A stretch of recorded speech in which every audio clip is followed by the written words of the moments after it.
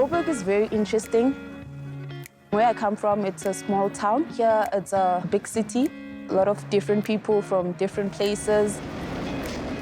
I believe Joburg has a lot of opportunities for me. It's where my dreams will come true. I'm an electrical engineering student at the University of Johannesburg. When I was still young in high school, I used to be very curious about electricity. It was just this phenomenon which is used to run the world. It gives life to things that are not living. The televisions, the irons, the kettles. So I wanted to know more about what electricity is. And then I decided to go to the University of Johannesburg to pursue my career as an electrical engineer. The engineering sort of industry is known to be very male-dominated, so there is a gap, specifically with women. Even more broadly, if you look at the demographics of South Africa, it's not really represented. For a female, it's hard to get into the engineering field. There are a lot of challenges because sometimes they think you're not capable of doing what males can do. Now, diversity is really critical in today's business context. You can't continue doing things the way we were. So if you want true diversity, you need to be embracing diversity in a big way, and gender diversity is very much included in this topic. ABB is a multinational company. We operate in over 100 countries globally. We supply leading technology solutions in the digital space across the board to customers ranging from the utility space to the industrial space, or even in the retail sector. If you look at the engineering intake into universities, if you look at the workforce throughout industry, the percentage of females is substantially lower than what it should be. It was one of the challenging things trying to pursue electrical engineering, not having the enough finances to sponsor for the studies. My father accumulated a lot of loans trying to pay off my fees. Also, I couldn't have the perfect time of studying. I usually spend a lot of my time in the road, traveling from Soweto to Auckland Park and UJ every day. Sometimes I'll be discouraged to say, is this the right career for me? Because if I'm not passing with the marks that I aim for, then maybe I have chosen the wrong career. When we speak to lecturers or people in the faculty, a lot of people don't complete, not just because they don't have the passion for the subject any longer, but it's really a lot of the time for financial reasons. So what ABB has done is we have developed what is called an education trust, and through this education trust, the benefits of that flows to black female engineers in the country. This bursary covered everything. It was one of the most relieved in my life. I was very happy because it was going to finance my final year. I was able to move closer to school, and then I was also able to finish my final year successfully, and also my project. I got 85% in marks, which was a huge, I couldn't have done that without the bursary. There must be women in top management, but how do you get women in top management if you need sort of industry experience, or let's just say ABB experience?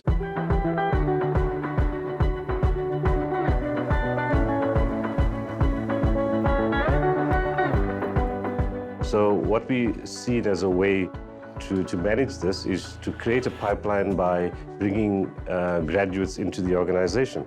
They do their practical learning, so they're exposed to ABB's products and services. Currently, I'm in my final year doing my in-service training at ABB. I'm doing the P1, P2 program. I work with qualified testing engineers where we test medium voltage switch gears to see if they are working according to the given specifications and also the drawings. This experience has been informative, exciting, and I've got to experience how it is in the workplace, and also just to put in action what I've learned in school, also to prepare me in starting my career in electrical engineering. I told myself I'm in the right place. This is the dream company, actually, so I pursued them. So I am employed as a tender and quotation specialist. It was a relief to have the employment itself, and not only any employment, but in my career line, which is electrical engineering.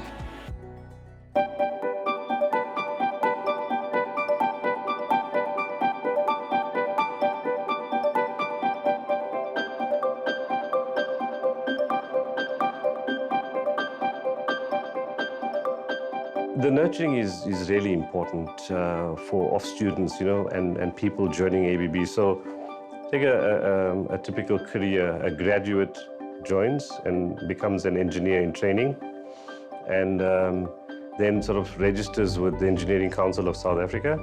Now, in order for you to certify, firstly, it's quite onerous. You need to maintain a portfolio of evidence. We've tended to find that without guidance, they take long and sometimes never comply with the requirements of EXA to be registered as professionals. Programs that we have that supports this type of learning and creates this coaching and sort of mentoring is the ABB mentoring program. Sometimes we tend to wanna specialize in one thing or hide in a corner. But in this program, I get to be all out, and I have to go and experience, collaborate with the mentors. So not only am I getting exposed on my work, but I can have the advantage of getting exposure to other departments as they're selling different products.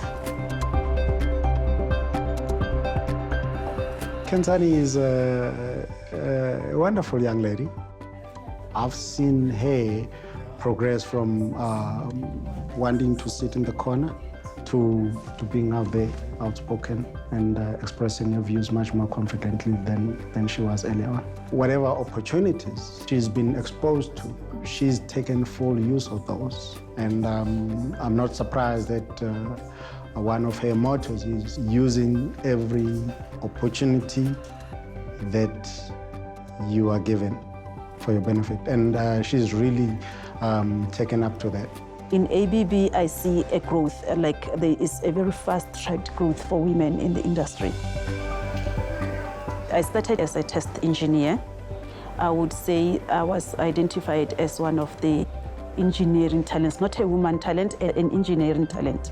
Within a space of 1.5 years, I was promoted to become the section manager for the test department. That led me to become the sales marketing specialist for grid automation. Looking back to when I started back in the factory, I would say there's about 7 times the number of women from the time I started in 2010. There's so many women in the executive that we look upon. But what actually makes me more happier is to see the products of the women who started here in ABB flourishing and growing in the same industry outside ABB.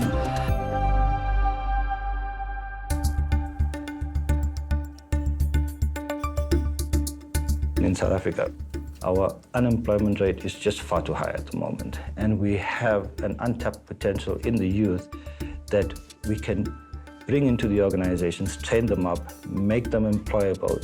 Even maybe not in the company that you are training them, but at least you create a pool for the country. And that's what we as ABB are doing. Where else ABB supports in terms of bursaries? There's a JDF Foundation, which is the Jürgen Dorman Foundation. The JDF is open for any deserving student.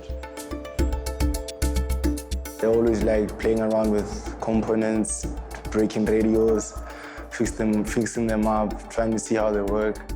And then that eventually led me to doing electrical engineering at university. Fortunately, this very same year I got the bursary, I got invited to the JDF event in Switzerland. We worked with other students from all over the world. When you do electrical, you tend to think that it's the only thing that matters. And then you learn from someone else who's doing industrial that, no, there's actually some things I could teach you in my course that could help improve what you do. I came back more confident, of course. I realized that I can actually achieve more. Already I'm thinking of ideas that I can implement in South Africa that I saw from Switzerland. so that we can also upgrade our standard. ABB initially focused on the high voltage sector, but it has evolved over the years and we've adapted to the customers' changing needs. Where we are today, we are a pioneering leader in the digital space, which is aligned with the world moving to the fourth industrial revolution. We're seeing some exciting advances in these new technologies where we're starting to see digitalization moving out of the consumer world and into the industrial world. We're supporting our businesses to develop new offerings that are cloud-based towards their particular customer segments like transport, like industry, like mining, but in a standardized way so that we also keep it understandable, simple, but yet bring new value and new applications that can be accessed on demand. Younger people come in already tech-savvy.